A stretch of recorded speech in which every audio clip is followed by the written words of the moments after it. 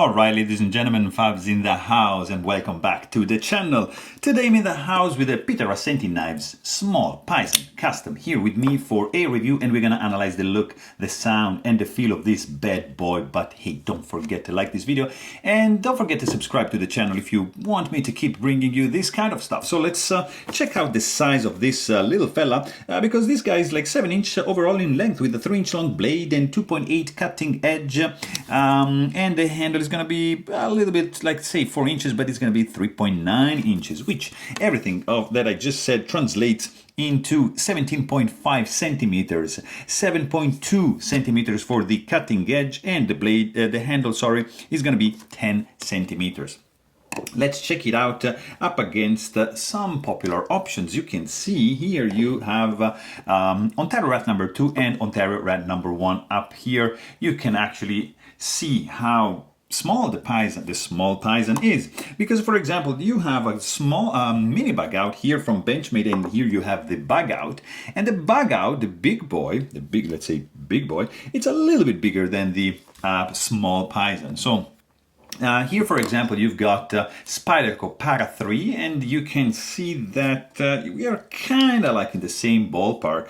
Handle to blade ratio, it's of course in favor of the Paysan, and up here you can see the Paramilitary 2, big boy compared to the small Paysan, of course. A couple options here I want to show you from Chris Reeve Knives are the small Sebenza 21 and the large Sebenza 21. Look at that. Pretty comparable in size with the small Sebenza 21, so you have an idea if you own this guy. But as you can see, this guy is pretty tall blade. I want to show you also this guy because it's like the gentleman's knife size and classic carry, but also I want to show you this guy because that's like also a Peter Rassenti large Nirvana, and that's a nice one, so you can check that out. And this is just a Kirby Lambert Rain. I mean, it's just a gorgeous knife. I just wanted to show you some Canadian blades right there. What else can I show you? Something Russian. This guy, because you know we are kind of like in the same ballpark for size. I mean, this Shirogorov Custom Division Neon is of course bigger, and this guy also here, why not? Shirogorov Custom Division F3 NS, fantastic one. But we are here to chat about the Peter Rassenti small Paysan. This is a titanium frame lock integral. Made in Canada with these lines, like, I mean, pretty recognizable. I mean, this is a classic. This is the Paysan from Peter Rassenti. It's everybody knows. I mean, if you are in the game, you know this blade shape, and you probably know Peter Rassenti. So this is the small version of the Paysan, which was a bigger knife, a larger one, made in Quebec. This guy, with this configuration, you know, it's gonna cost you around $2,000 Canadian, something in that ballpark, and it's a fantastically made one. Very simple lines, very simple look, simple construction, but that's what is attracting me. The simplicity, the minimalism that is going on, you know, in this build right over here. I said, you know, stone-washed, titanium, integral, frame lock handle. Look at this, one solid billet of titanium this thick has been milled out to create this handle. Very nice chamfering around the edge. There's chamfer, there's not really much chamfering going on the inside at this level, just only at the level of the lock release. It's a 2D milling. You see this scale is just flat, and this is just a chamfer, so simple construction. There's no 3D milling going on over here, and there's also of course no internal skeletonization because it's an integral, so I still have to see skeletonized internally handles, I mean integral handles. because probably it's impossible to make. You've got two finger grooves and actually like a little one over here, which we're gonna check out in a second when we're gonna talk about the ergos. But yeah, I'm telling you, this is a neat one. Like this or like that is gonna be pretty cool to handle. Of course, being an integral, there's no standoffs, no backspace, so there's nothing going on. There's no lanyard hole option. You've got just a solid chunk of titanium, no screws, nothing, and the tip is safely recessed, so you're not going to be able to snag to touch it with the tip of your finger. And you've got of course, this spidey hole. This your method of deployment. You can just pinch it like with two hands. You can do like a slow roll or with your thumb. You can do, of course, like a thumb flick, or you can do like a spidey flick like that. So pretty fidgety, and you have some versatility into the deployment action method, which is a fantastic thing to have. Of course, you've got the T15 Torx bit screw needed here to take down this pivot, which is Zirk, as is Zirk. The pivot collar going on right there. On the other side, you don't have space for a pivot collar, therefore no pivot collar. So not a big deal. Zirk hardware, really cool. Titanium right over there. At least I think that's titanium for the pocket clip, and that's going to be a T8 to take it down. Super easy to disassemble, super easy maintenance. Under 5 minutes, you're going to be in and out, clean, ready to rock and roll. There is no stainless steel lock face insert, but to date, I think I still have to see a Peter Rassenti knife with lock stick. So, I mean, the geometry is really good, and I still have to see and experience one Peter Rassenti with a lock stick, and that's fantastic. Good job. Also, you have, there is no actually integrated lock bar stabilizer other than the pocket clip. As you can see, the pocket clip sits on this side of the scale, but also acts as an over travel stop, because you're going to have some tension pressing onto the lock bar if you try to overextend the lock bar on that side. But be careful, because this is an integral, so bending this guy back, it's going to be pretty much hard to do. Also, you've got a titanium tip-up carry only pocket clip. There's some couple chamfers here and just one slide, like a slope going down this way. It's tip-up carry only, not reversible. It's just gonna stay there. And then you just open this guy up and you notice, oh, look at that. This is a mirror-washed CPM 154 blade. Nice Warncliffe.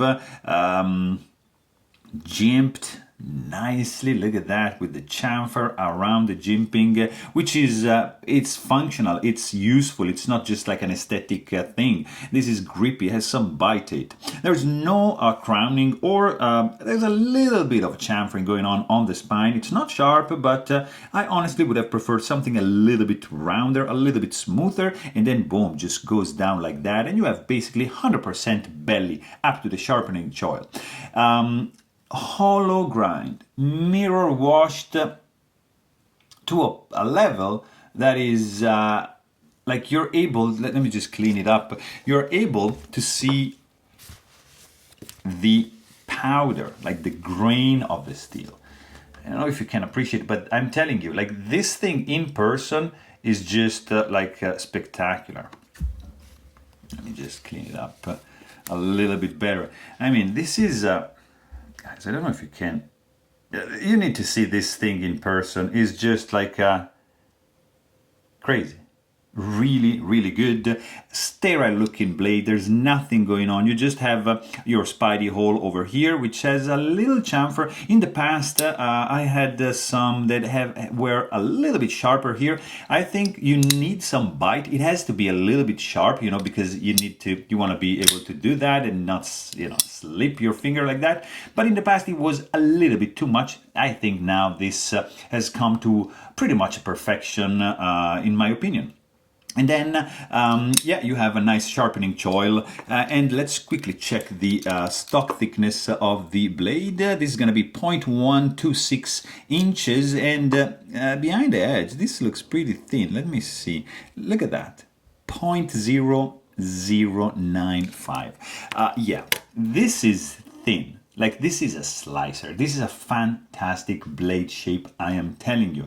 Really, really gorgeous. Look at the plunge grind, how it's done. This is all done by hand, by the way. So, congrats. Really, really symmetrical job right over here.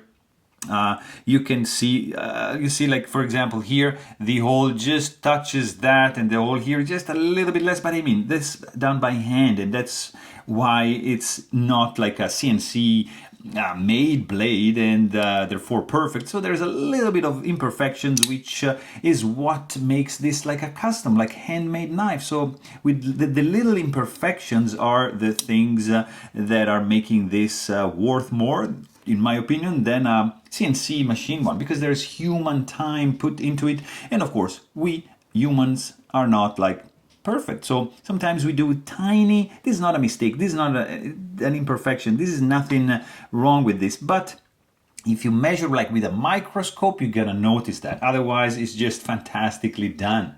Also, what is fantastic about this guy is the sound. Guys, ready for this? Because hear this. This is a beautiful clack. Oh, guys. This is a fantastic, snappy, crispy, sharp, resounding, and piercing clack. When you close this guy, clink, clack. Oof. I mean, the sound is echoing. You gotta hear this in person, because there's no way my camera and mic can convey the experience of listening this thing in person. It's just outstanding sound. I just love it.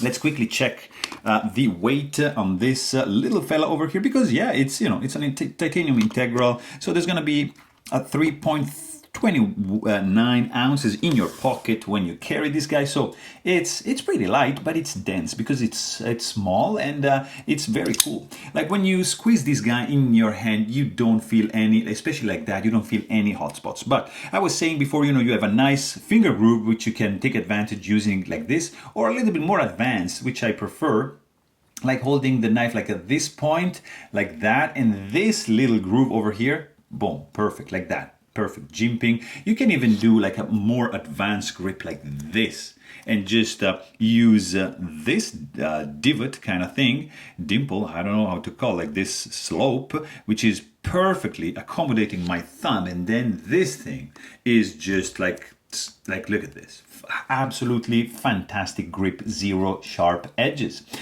You also have the lock bar relief, which is extended, it's exposed more than the show side, so easy to access. There's no need for any jimping going on over there. You can do a reverse grip, yeah, but I mean, there's a chunk of handle missing, so it's not going to be that much reliable because I have big hands.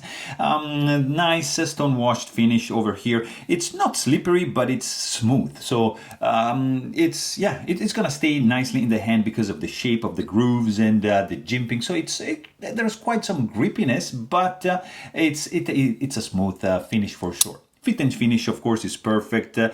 Blade center, there's not really many parts that cannot be aligned, because, you know, especially the handle is just like a slab of titanium. So it's well made. I mean, of course, like you shake this guy, there's no rattling. Of course, the blade is rock solid, up and down, left and right. There's nothing, no lock stick. The clip ramp also is very good. I had some with a little bit stiffer pocket clip. This is pretty much good to go.